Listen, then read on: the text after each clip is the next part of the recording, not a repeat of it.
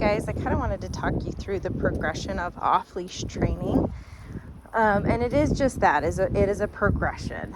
And so with every dog, it takes time and consistency to build up that relationship in the off-leash realm. So even if dogs have the skills to be off-leash, it doesn't mean that they're going to do it for every single person well. So I want to make sure that you guys have the skills to put in some of this time and effort with her.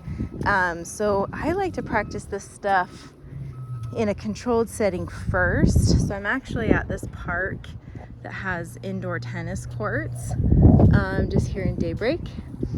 And you can do this kind of stuff in your backyard too if you don't have a ton of time to get on a field trip. I like going on field trips just because that's the point of being off leash, is to be able to like take her to a park and have her be in a controlled setting. So she's dragging a leash right now. So there's a couple different things. I want to first err on the side of caution and control, and then add new variables as we continue on this progression. So in a fenced area, dragging a leash. Now the leash doesn't necessarily need to be on her. I'm not worried about her running off, but she might be confused with e-collar and not the leash. So e-collar and the leash are both communication tools. If I press on the e-collar because she's out of position or she's running off around the tennis court and she's confused on how to resolve that stimulation in this context, it wouldn't be fair. And so having that leash to follow through to communicate clearly with her what I'm asking of her would be ideal. And then once I have consistency, which she's doing pretty good, once I have consistency on that, then I would actually undo the leash. And we've done a lot of this, so she's rocking it. But I wanted to kind of walk you guys through it because you'll have to take her through some of this stuff. It doesn't mean she doesn't need to like learn something new. She just needs to know that you're going to be following through on these things just like I am. Lucy, down.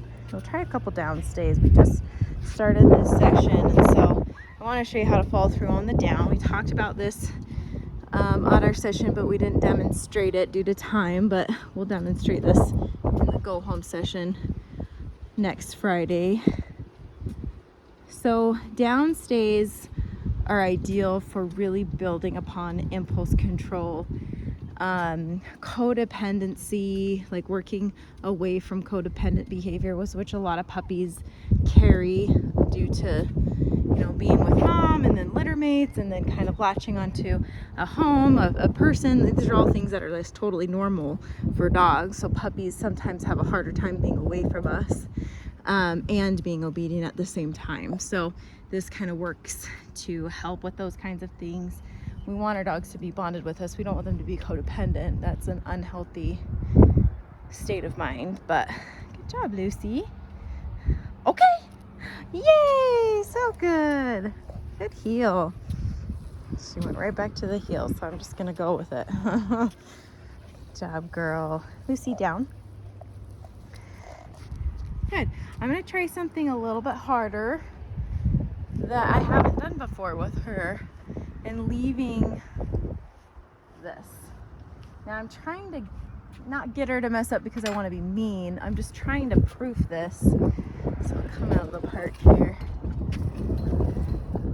Close the door. Now if she breaks, I anticipate her kind of struggling to get back in this position without me being there. And so I'm still going to use the e-collar, but on a super low level.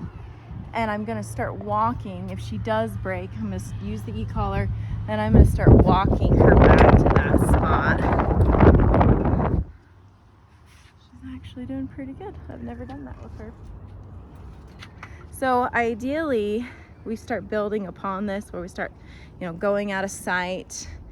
That stuff you can do pretty easily in the house, but ideally we're pushing this outside of the home and her ability to do this in lots of different situations. Good job. Good. Okay. Good girl, Lucy. Nice.